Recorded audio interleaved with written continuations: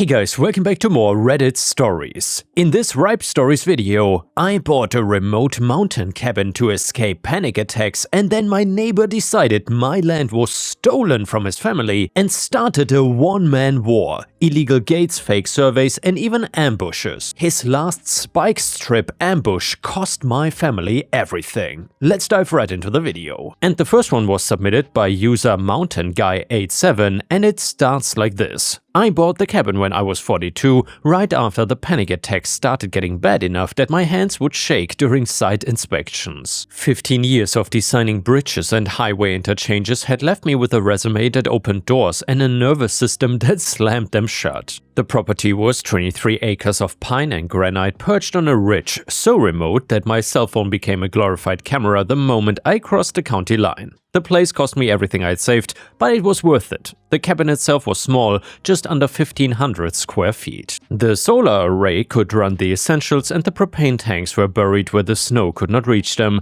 This was clearly built by a person who likes living off the grid. My wife loved it the moment she saw it. She had grown up in apartments, always dreaming of space and silence. We spent our first weekend there doing nothing but sitting on the porch watching the way the light changed as it moved across the valley below. No traffic sounds, no sirens, just wind and birds and the occasional crack of a branch giving up under its own weight. The only access to the property was a gravel road that switchbacked up the mountain for 3 miles. The road was private, maintained by an easement agreement that dated back to the 1950s when the ridge had been subdivided into lots.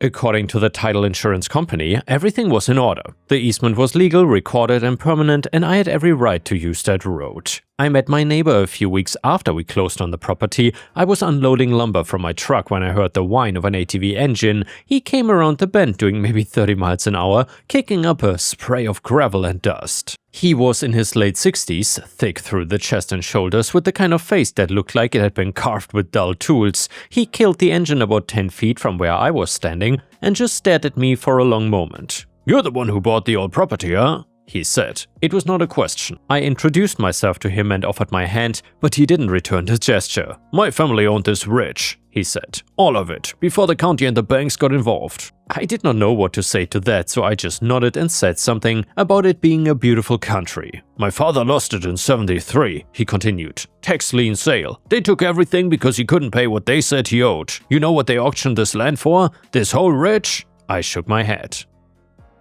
$18,000 for 600 acres, he spat into the gravel. "You know what you paid for your 23? "I paid fair market value," I said carefully. "Fair," he repeated and laughed without any humor in it. "You people come up here with your city money and your lawyers and you think you can just take what belongs to someone else." I told him I'd bought the property legally, that I had the deed and the title insurance, and everything was recorded with the county. He stared at me for another long moment, then started his ATV and drove off without another word. My wife asked me about it that night.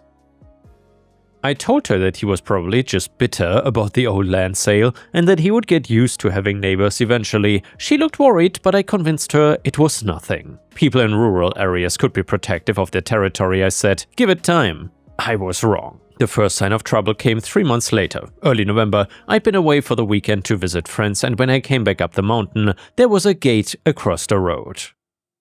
A heavy steel gate, the kind you would use for a cattle guard, chained shut with a padlock the size of my fist. There was a sign zip-tied to the chain. It was hand-painted on plywood in black letters that were neat enough to have been done with a stencil. Property reclaimed, no trespassing. Violators will be prosecuted. Below that in smaller letters was a reference to some family estate and a date from 1952. I sat in my truck, staring at that gate for a solid 5 minutes, trying to make sense of it. I mean, the road was mine. Well, not mine exactly, but I had legal access. And the easement was recorded in my deed. You couldn't just put up a gate and claim a road that other people had a right to use. So then I got out of the truck and examined the lock. It was new and heavy duty. I had bolt cutters in the toolbox. I was reaching for them when I heard the ATV again. He came up from the other side of the gate from the direction of his property, and he had clearly been waiting, watching for me to return.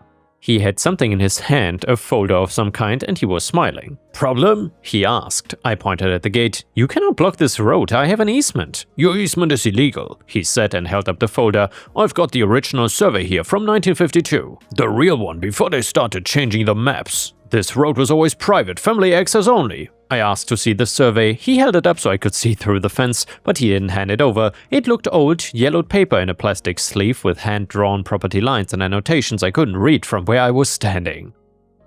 "That doesn't override my deed," I said. "Your deed is fraudulent," he replied. "The county had no right to sell easement access over land they didn't even own. I'm correcting a 70-year-old mistake." I told him I was gonna cut the chain, and he told me that would be destruction of property and he would have me arrested. I told him blocking legal access was illegal and he told me to prove it in court. I cut the chain. I wouldn't allow this guy to just annex my property. He filed a police report as soon as he could. The county sheriff showed up 2 days later. And yeah, he was apologetic, almost embarrassed for what he did. He knew the neighbor had known his family for decades. He took my statement, examined my deed, looked at the gate, and said that he would have to talk to the county attorney about it. In the meantime, he suggested I leave the gate situation alone and maybe try to work something out with my neighbor like reasonable adults. I asked him if blocking someone's legal access was a crime. He said it depended on whose access was legal and that was a civil matter, not a criminal one. He suggested I get a lawyer. I got a lawyer and she looked at my deed, confirmed what I already knew, that I had every legal right to use that road, and she filed for a temporary restraining order to force the gate open while we fought out the property rights in court, and yeah, the neighbor fought it. His lawyer produced a 1952 survey along with a stack of other documents that claimed the modern deeds were all based on fraudulent boundary descriptions. The hearing was set for January. In the meantime, my wife and I were trapped. We could hike out, of course. There was a trail that connected to the Forest Service land, but it was 4 miles of steep terrain and it was not maintained in winter. We couldn't even get supplies in. We couldn't get our vehicles out. We were essentially prisoners on our own property. I started digging. If he wanted to fight with documents, I would bury him in them. The county registrar's office was in the basement of the courthouse. The clerk was a woman in her 70s who had worked there for 40 years. She remembered the land subdivision in the 70s and she remembered the tax lien sale. That family fought it for years, she told me, claimed the assessment was wrong and that the county had manipulated the values to steal the land. Never got anywhere with it though. I asked if I could see the original lien documents and she brought me 3 boxes of files, each one packed with yellowed paper and carbon copies that were barely legible. It took me 6 hours to find what I was looking for. Buried in the 3rd box was a folder labeled Easement Rights Transfer. Inside was a quitclaim deed from 1973 signed by the neighbor's father, transferring all easement access rights for the mountain road to the county in exchange for a reduction of criminal penalties for filing false liens against county property. The father had not just lost the land in a tax sale, he had committed fraud trying to fight it, and he had traded away the road access to stay out of jail. I of course made copies of everything, but that wasn't all I found. Tucked into a folder marked pending were 3 affidavits, all dated within the last 2 years, all signed by my neighbor. Each one of them claimed that the property I'd purchased had been abandoned by the previous owner and that the county had failed to properly notice the tax sale and that the easement had lapsed due to non-use. Every word was a lie, but the affidavits were notarized and filed with the county, so he had been building a paper trail, creating a fake legal foundation to support his claim. He had been planning this for years, probably since the day the property went up for sale, and yeah, I brought everything to my lawyer. She was quiet for a long time after she finished reading. "This is fraud," she said finally, "systematic, premeditated fraud." I asked if it was enough to get the gate opened and she said it was enough to get him charged criminally, but that would take time. For now, we would use it at the restraining order hearing, and the hearing was scheduled for a Tuesday in January. The judge was a transplant from the city, which my lawyer said was lucky. The local judges all knew my neighbor's family, and we presented the quitclaim deed, the transfer of easement rights, the proof that his father had given up any claim to the road. We also presented the fraudulent affidavits showing how he had been systematically lying to the county for years. The neighbor's lawyer argued that the quitclaim was signed under duress, that it was invalid. My lawyer pointed out that duress or not, it had been legally recorded for 52 years and the neighbor had never challenged it until now. The judge ruled in my favor, temporary restraining order granted, the gate had to come down within 24 hours. I thought I had won. I drove back up the mountain that night feeling lighter than I had in months. My wife met me at the cabin door and I told her that it was over, that we had won, that the road would be open by tomorrow. We celebrated with wine on the porch, watching the sunset turn the valley purple and gold. Soon after, the gate was gone. In its place was a pile of old tires, maybe 50 of them, stacked across the width of the road, and beyond that another pile of scrap metal and broken concrete. He could not legally block the road with a gate anymore, so he was blocking it with garbage instead. When I called the sheriff, he said this was illegal dumping and I should file a report with the county environmental office. When I called the environmental office, they said they would send an inspector out within 30 days. I spent 3 days clearing the road myself, hauling the tires and scrap down to a disposal site in the valley. It cost me $600 in dump fees. A week later he dumped even more, and this is when I installed the security cameras. I was tired of not having proof of who was dumping the garbage, tired of the he said she said with the sheriff's department, so I bought 6 motion-activated trail cameras, the kind that hunters use, and positioned them along the road, 2 near my property entrance, 2 at the halfway point, and 2 near the S-curve where the road was most vulnerable. They were cheap insurance, I figured. $50 each, and they'd give me evidence the next time he pulled something. The cycle continued through February and March. He would dump, I would clear, he would dump again. The cameras caught him every time, but my lawyer said the footage was not enough for criminal charges. We would need to catch him in the act with a witness, or we would need him to dump enough that it qualified as a felony amount. A few tires here and there was just a misdemeanor, and the county was not interested in prosecuting him. Through all of this, my wife kept asking if we should just sell and leave. The neighbor had made another offer the previous week, slipping an envelope under my truck's windshield wiper while I was in town. I had torn it up. The cabin was supposed to be a refuge, she said, not a battleground. I told her I was not gonna let him win, that we had bought this place legally and fairly, and that we had every right to be here. My lawyer said we could go back to court for contempt, but the process would take weeks and cost thousands.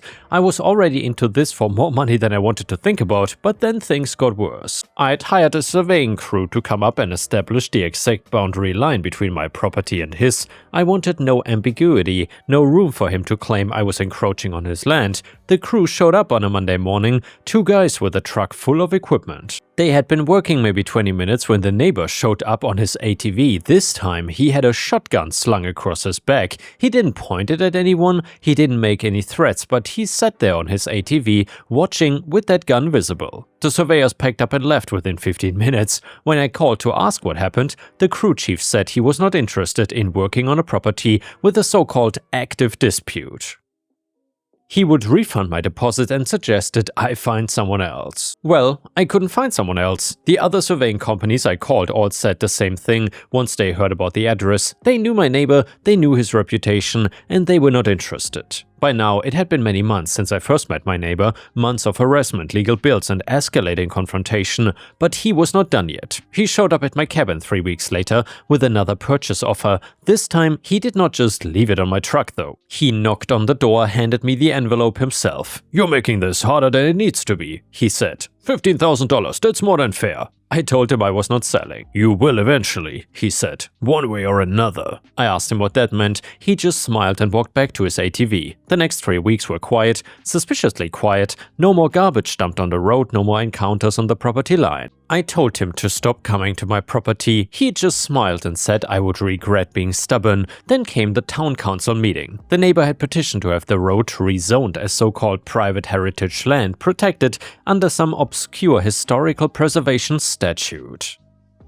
If he succeeded with this, he would effectively make the easement worthless. I would have access to a road that nobody was legally allowed to use. The meeting was held in the community center, and there were maybe 30 people there, most of them locals who had lived on the mountain for generations. I was the outsider, the city person who had bought his way into their community. The neighbor gave his presentation first. He talked about his family's history, about the injustice of the tax lien sale, and about the importance of preserving the heritage of the rich. He had old photographs, newspaper clippings, documents that showed his family had worked this land for ages. I'm not gonna lie, it was compelling. Even I had to admit that. If I hadn't known the truth, I might have been swayed. But then it was my turn. I didn't give a speech, I just handed out copies of the quitclaim deed. The one where his father had signed away the road rights to avoid criminal prosecution for fraud. The room got very quiet. The council president read the document out loud, every word of it, including the part about the criminal penalties, about the false liens, about the county agreeing not to prosecute in exchange for the easement transfer.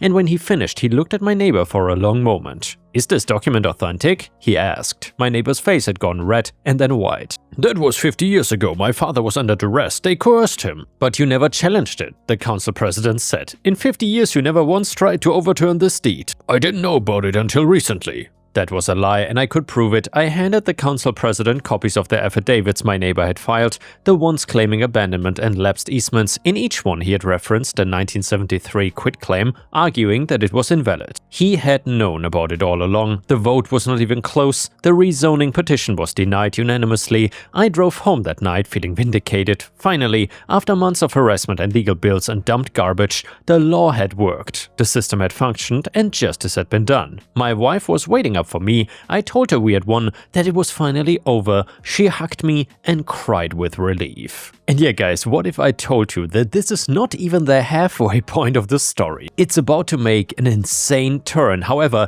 before we go there, please don't forget to like the video and let me know in the comments where you are watching from today. Thank you so much for your help with the YouTube algorithm. Also let me know if you enjoy these super long stories. Anyway, 2 days later, the county environmental office sent the neighbor a formal fine for illegal dumping, $1,500. He paid it without complaint. I should have known that was a bad sign. I mean, a man who had been fighting that hard, who had spent months harassing us, does not just accept defeat and move on. But I was too relieved, too exhausted to see what was coming. Since the time I'd bought the cabin, he had made 5 separate offers to buy the property, each one slightly higher than the last one, and each one refused. And yeah, the pattern was always the same. He would harass me with dumping or threats, then show up with a purchase offer like he was doing me a favor.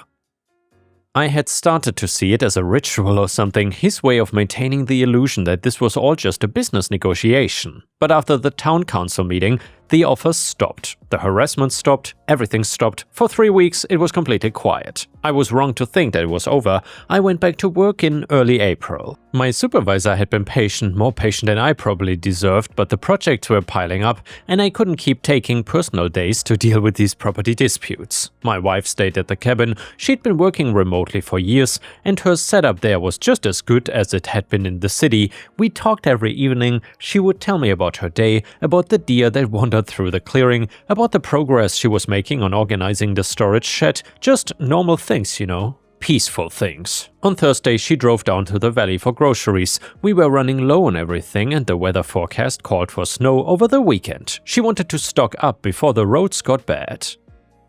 I was in a project meeting when she texted me that she was heading back up the mountain. The message came through at 4:47 p.m. I sent back a thumbs up emoji and returned my attention to the drainage calculations on the screen in front of me. At 5:23 p.m. my phone rang. Unknown number. I almost didn't answer. I was still in the meeting and I'd learned to ignore the spam calls that came through a dozen times a day, but something made me look at it twice. The area code was local to the mountain region. I stepped out of the conference room and answered. It was a sheriff's deputy. He said there had been an accident on the mountain road. A vehicle had gone off the curve near mile marker 7. He asked if I owned a vehicle with a specific license plate number.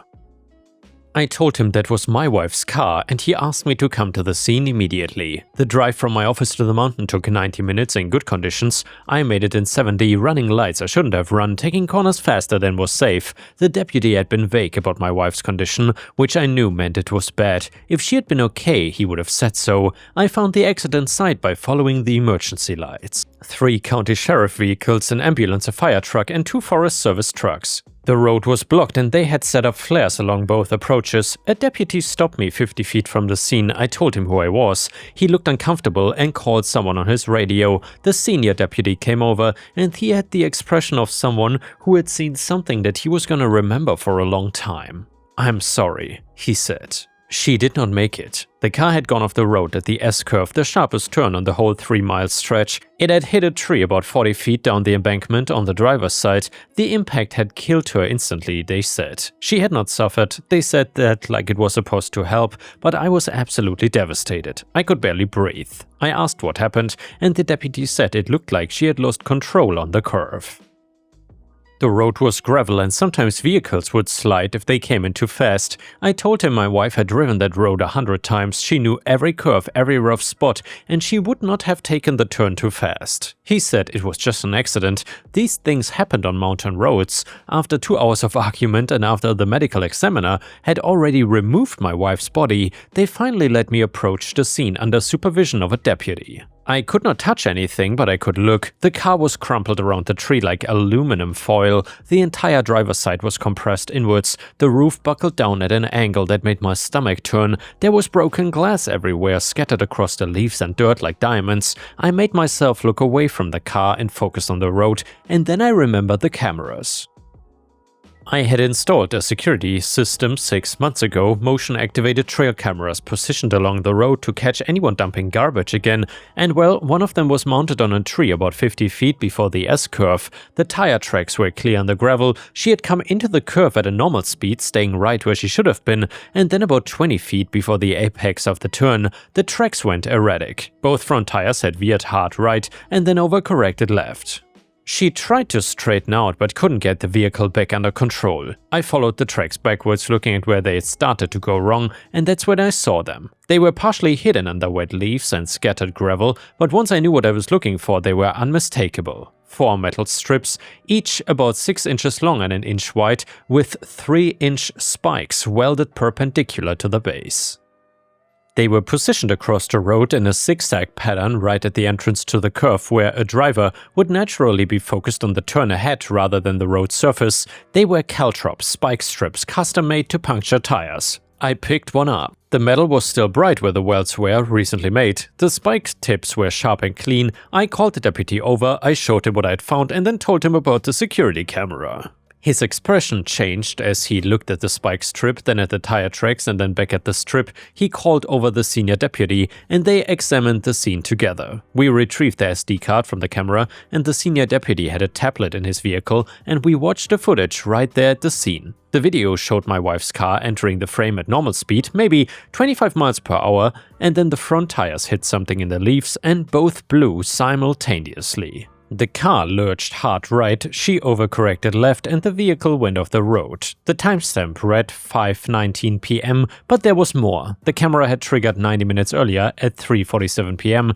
The footage showed someone in a canvas jacket and work boots walking into frame from the direction of my neighbor's property. They were carrying something, and though the angle made it hard to see exactly what. The person stopped right where the spike strips were now, bent down for about 2 minutes and then scattered leaves and gravel over the area.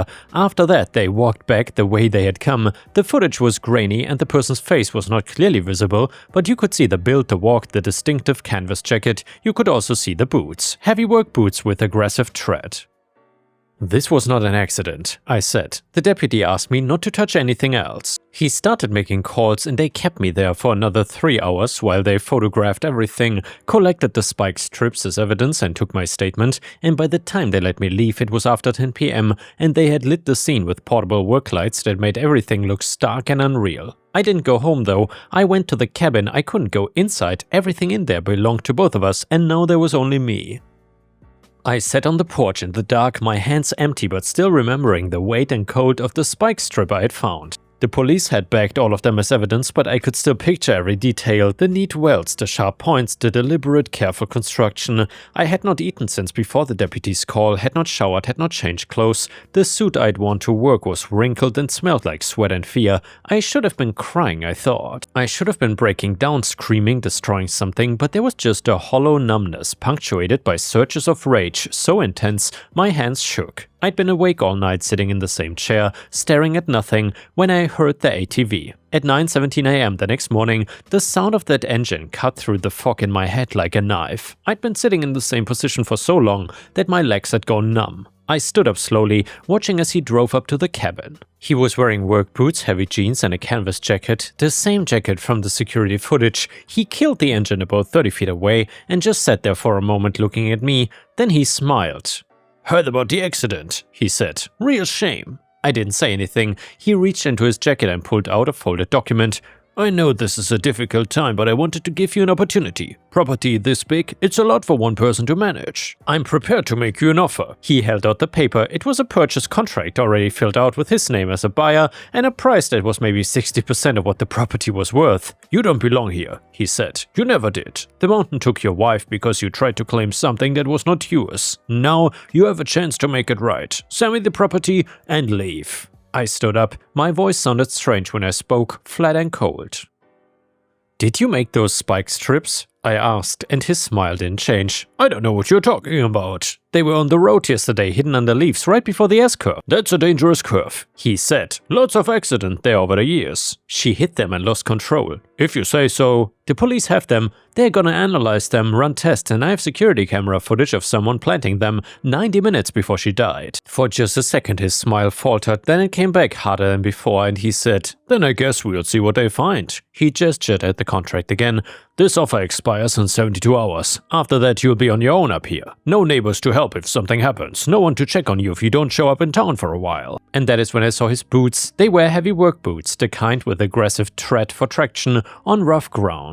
The tread pattern was distinctive, a series of hexagons within hexagons, and the left boot had a gash across the toe, a cut in the rubber that exposed the lighter material underneath. I'd seen that tread pattern before, in the mud near where the spike strips had been hidden. The crime scene photos had captured it clearly. You should leave, I said. He laughed at me. This is my mountain and I'm not going anywhere. He stood up from the ATV, walked towards me, still holding the contract out. Sign it. Just make this easy on yourself. I told him to get off my property, but he kept coming. You think you won? You think that meeting changed anything? Your wife is dead because you were too stubborn to leave when you had the chance. I gave you opportunities. 5 different times I offered you a fair price. You refused every one. This is on you. Something broke inside me then. Not broke exactly, more like a damn failing. All the anger and grief and rage that I'd been holding back since the deputy's phone call came flooding out at once. I told him to get the hell out.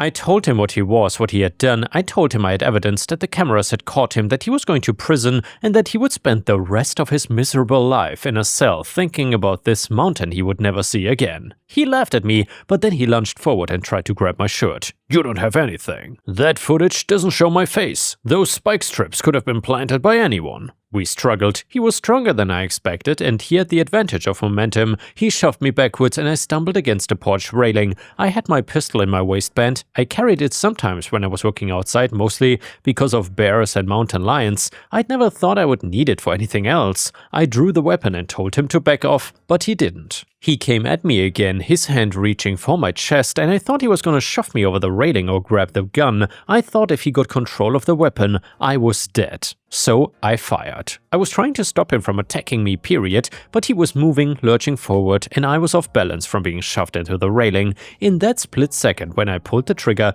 everything went wrong. The shot went low and to the right, the bullet caught him in the foot. He went down screaming, clutching his boot as blood started to pool in the dirt. I stood there with the gun still raised, my hands shaking, trying to process what had just happened. He was screaming that I'd shot him, that I was a murderer, and that I was going to prison. He was trying to reach for his phone, still screaming. I called the sheriff's department myself and I told them there had been a shooting, gave them the address and said to send an ambulance. Then I sat down on the porch steps, placed the gun on the ground next to me and waited. The deputies arrived a while later. 3 vehicles, 6 officers. They had their weapons drawn when they came around the bend and they ordered me to put my hands up and move away from the gun. I complied with everything they asked me for. I put my hands up, I moved away from the gun and I told them exactly what happened start to finish, but my neighbor was still screaming. He was telling them that I had attacked him, that he had come to offer condolences and I just started shooting. He said he was trying to defend himself when I pulled the gun. One of the deputies picked up the contract that had fallen during the struggle. He read it, then looked at me, then at my neighbor. You came here the day after his wife died to try to buy his property? The deputy asked. My neighbor said he was just trying to help, that I'd clearly lost my mind with grief. Another deputy was examining the porch, the railing, the scuff marks in the dirt where we had struggled.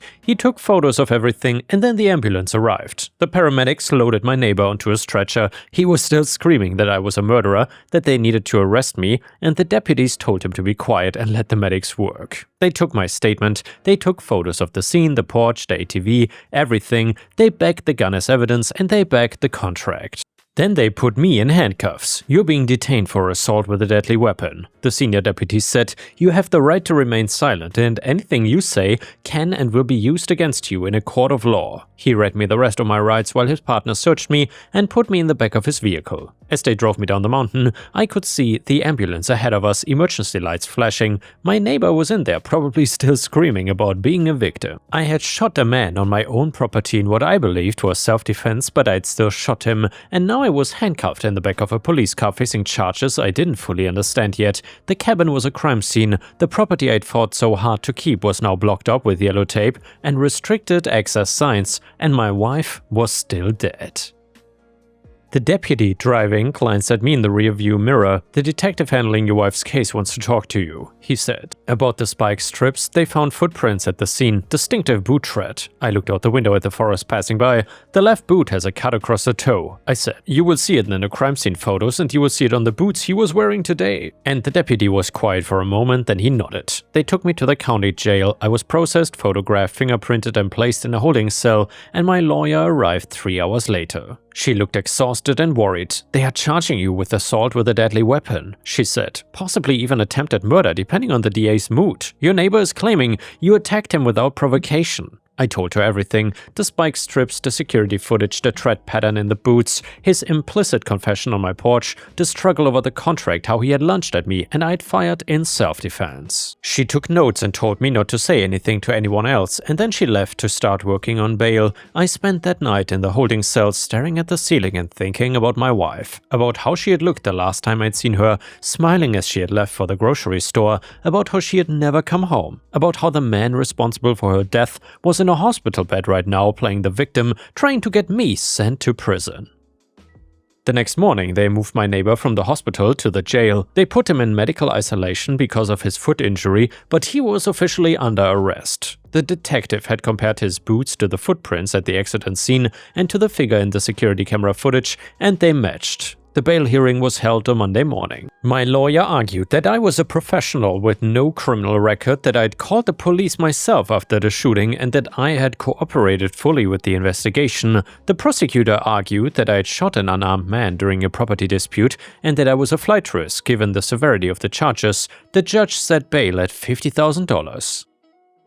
My lawyer arranged for a bail bondsman who accepted a lien on the cabin as collateral even though it was technically still part of an active crime scene. The process took 2 days and cost me an additional $5,000 in fees, but by Thursday evening I was released. My neighbor's bail hearing was scheduled for the same afternoon. His lawyer argued that he was the victim of an unprovoked attack and that he was a lifelong resident of the community with deep roots. The prosecutor presented the footprint analysis from the accident scene and stills from the security camera footage showing someone matching the neighbor's build and clothing, planting the spike strips. The judge denied bail entirely, citing evidence of premeditated murder and flight risk. We were both out by Thursday evening, but only one of us was wearing an ankle monitor. I was. The detective assigned to my case was a woman in her 50s who had been with the sheriff's department for 23 years. She came to see me at my lawyer's office 2 days after I was released. "I need to ask you about the spike strips," she said. "Walk me through how you found them." I described everything: the tire tracks, the position of the strips and the leaves, the fresh welds and clean metal, the security cam that had captured everything. "Your neighbor is claiming that you planted them," she said. "His lawyer is saying you made them yourself to frame him for your wife's death." I stared at her. "That is insane. The security camera footage shows that someone planted them 90 minutes before my wife died. I was at work and I have dozens of witnesses." "I know, and we have verified your alibi." But his lawyer is arguing that you could have planted them earlier and that the footage could have been manipulated, that you had the knowledge to create something like this. She pulled out a photo and slid it across the table. "Can you prove that you didn't make these?" The photo showed one of the spike strips in detail, laid out on a clean white surface with a measurement scale beside it. The welds were visible, neat and professional. "I'm a civil engineer specializing in structural analysis for transportation projects," I said. "I've spent 15 years reviewing load calculations, stress distributions and failure analysis for bridges and highway interchanges. I could tell you exactly how much force it would take to shear a bolt or crack a weld, but I've never actually fabricated anything with my own hands. I don't own welding equipment and I've never welded anything in my life. I don't even know how to strike an arc." But you would know how to design something like this. Anyone with basic knowledge could design a spike strip, that doesn't mean I made it. And the footage shows that I didn't. The detective leaned back in her chair. Here's the problem though. We have physical evidence that ties your neighbor to the scene. The footprints match his boots. The security footage shows someone matching his description, but we don't have physical evidence that ties him to the spike strips themselves yet. His lawyer is gonna argue reasonable doubt. Maybe someone else made them. Maybe you made them. My lawyer spoke up. What about forensic analysis of the metal? Can you trace where it came from? The detective nodded. We are working on that. The metallurgist says it's gonna take a few weeks, but they should be able to identify the specific type of steel and possibly even the manufacturer and batch. But it takes time. She left and my lawyer told me to be patient. The investigation was ongoing. They were building a case, but it had to be solid. Murder charges required proof beyond reasonable doubt. I went back to the cabin. It felt wrong being there without my wife. Every room had some memory of her. The kitchen where she had made coffee every morning, the porch where we had watched sunsets, the bedroom where we had talked about our plans for the property. I could not stay inside. I spent most of my time on the porch or walking the property line or just sitting in my truck with the engine running and the heater on. 3 weeks after the shooting, my neighbor filed a civil lawsuit against me from jail. He was suing for the injury to his foot, for emotional distress, for medical expenses. He wanted $200,000 from me. My lawyer said it was a pressure tactic. He was trying to bankrupt me before the criminal trial, trying to force me to accept the plea deal or drop the charges against him. I told her I was not dropping anything. The forensic analysis came back in early June. The metallurgist's report was 47 pages long, but the important part was on page 12. The spike strips were made from rebar, a specific type of steel and reinforcement bar used in concrete construction. The metallurgist analysis identified it as grade 60 rebar, manufactured by a specific mill in the Pacific Northwest. The batch number indicated it had been produced in March of the previous year. The county building supply store kept detailed sales records, and they had sold exactly one bundle of that specific batch to a customer who had paid with a credit card. The customer was my neighbor. He had purchased it on March 15th, along with welding rods and cutting discs for an angle grinder. The receipt was in the evidence file. His lawyer tried to argue that buying rebar didn't prove he had made the spike strips. Lots of people bought construction materials. He could have used it for any number of projects, but then the search warrant results came back. The sheriff's department had executed a search warrant on my neighbor's property the day after he was arrested. They had found a metalworking shop in one of his outbuildings. Inside was a cutting torch, a welder, an angle grinder, and a workbench covered in metal shavings. The metal shavings were tested. The lab found multiple types of metal present, but among them were shavings that matched the composition and batch characteristics of the rebar used in the spike strips. It was not a perfect match. There was other metal debris mixed in from various projects, but the metallurgist testified that the probability of that specific batch being present by coincidence was extremely low. They also found more evidence that what my neighbor did was premeditated. The charges against my neighbor were then upgraded. First-degree murder, attempted murder in the conspiracy against me, illegal road obstruction, fraud in filing the false affidavits, assaults during our confrontation on my porch. The list went on and on. The trial was scheduled for September, 14 months after my wife's death, and nearly 2 years to the day after I'd first met my neighbor. 2 years of escalating harassment, legal battles, and terror that had culminated in murder. My own charges were still pending: assault with a deadly weapon. My lawyer was negotiating with the prosecutor, arguing self-defense, but the DA was not yet ready to drop it entirely. We would have to wait and see how the murder trial played out. I spent the summer doing what I'd moved to the mountain to do in the first place. I worked on the cabin, fixed the roof, replaced some damaged siding, repaired the solar panel mounts, and I hiked the property, memorizing every tree and rock and stream. I scattered my wife's ashes in the clearing behind the cabin, the spot where she had always wanted to plant a garden. I said goodbye to her there, alone in the quiet with nothing but the wind and the birds to hear me. The trial started later. The courthouse was packed. I sat through every day of testimony. The prosecutor laid out the case methodically, the security camera footage showing the spike strips being planted, the footprints at the scene matching my neighbor's distinctive boots. The rebar purchased the metal shavings in his shop, the notebook entries, the pattern of harassment documented over 18 months, and my work alibi proving I could not have planted the strips myself. The medical examiner testified about my wife's injuries, about how the loss of tire pressure from the spike strip would have made the vehicle impossible to control on that curve. An accident reconstruction specialist showed computer simulations of the crash, demonstrating how the punctured tires had caused the vehicle to veer off the road. The defense lawyer tried to create reasonable doubt, and he argued that the security footage was too grainy to definitely identify his client. He brought in character witnesses who testified about my neighbor's reputation in the community, about his family's history on the mountain, but it didn't matter. The jury deliberated for 6 hours. When they came back, the foreman looked tired and grim, guilty on all counts. First-degree murder, attempted murder, fraud, illegal obstruction, assault, the list went on. Sentencing was scheduled for later. I didn't attend. My lawyer told me the outcome though. He got 25 years to life for the murder conviction. Consecutive sentences on the other charges brought the total to 38 years minimum before parole eligibility. At his age, it was effectively a life sentence.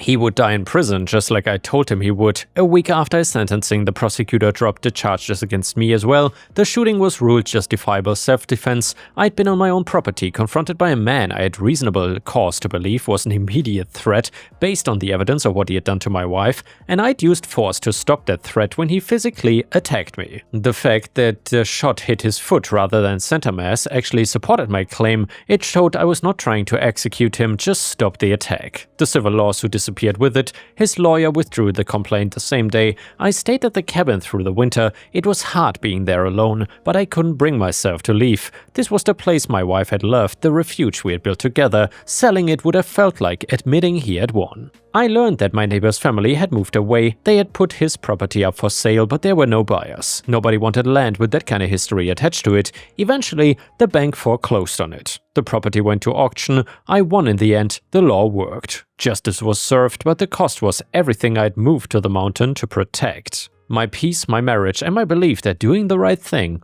would be enough. And now let's read the fantastic petty revenge story that is titled "A customer called me stupid, so I made sure he would never be able to return his purchase." I've worked retail for 3 years, and so you develop a thick skin, but sometimes someone gets under it. Anyway, this guy comes in the other day, middle-aged. He was already annoyed before I even spoke. He wanted a specific speaker that was on sale, and unfortunately we were sold out. I told him I could check other stores or order it online for him with the same price. Reasonable options, right? He goes, "Are you stupid? Just check the back." Non-verbatim, I smiled and said I would check, walked to the back, and I stood there for 3 minutes and came back out and said, "Sorry sir, we don't have any." He bought a different speaker, a more expensive one. His loss, I guess. One thing about our return policy requires a receipt, and you can do it without one, but it's a whole thing. Manager's ID, store credit only, pain in the rear. So when I bagged his speaker, I folded the receipt as small as it would go, then I taped the bag shut, then I put that bag inside another bag and taped that one shut,